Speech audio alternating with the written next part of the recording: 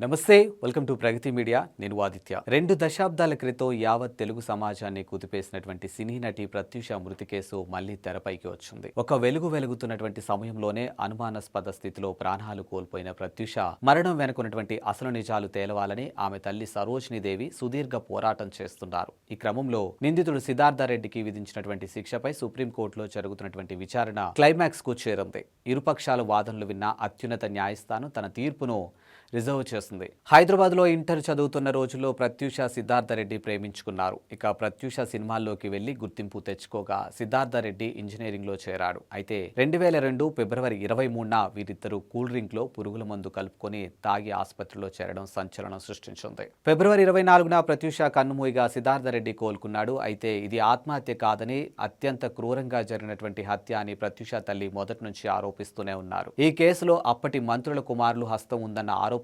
నేపథ్యంలో ప్రభుత్వం కేసును సిబిఐకి అప్పగించింది. ఏళ్ల తరబడి సాగినటువంటి న్యాయ పోరాటం ఈ కేసులో సిద్ధార్థరెడ్డిని ప్రధాన నిందితుడిగా పేర్కొన్న సిబిఐ ఆత్మహత్యకు ఉసిగొల్పినందుకు సెక్షన్ 306 ఛార్జ్షీట్ దాఖలు చేసింది. ఇక 2004లో హైదరాబాద్ సెషన్ కోర్టుకి అతన్ని 5 ఏళ్ల కఠిన కారాగార శిక్ష విధించగా సిద్ధార్థరెడ్డి హైకోర్టును ఆశ్రయించారు. ఇక 2011లో హైకోర్టు ఆ శిక్షను 2 ఏళ్లకు తగ్గిస్తూ తీర్పునిచ్చింది. తన కూతురునే చంపిన సిద్ధార్థరెడ్డికి ఉరిశిక్ష లేదా జీవిత ఖైదు విధించాలని ప్రత్యూష తల్లి అలాగే తనకు విధించినటువంటి శిక్షను రద్దు చేయాలని సిద్ధార్థరెడ్డి 2012లో సుప్రీంకోర్టులో మెట్లెక్కారు.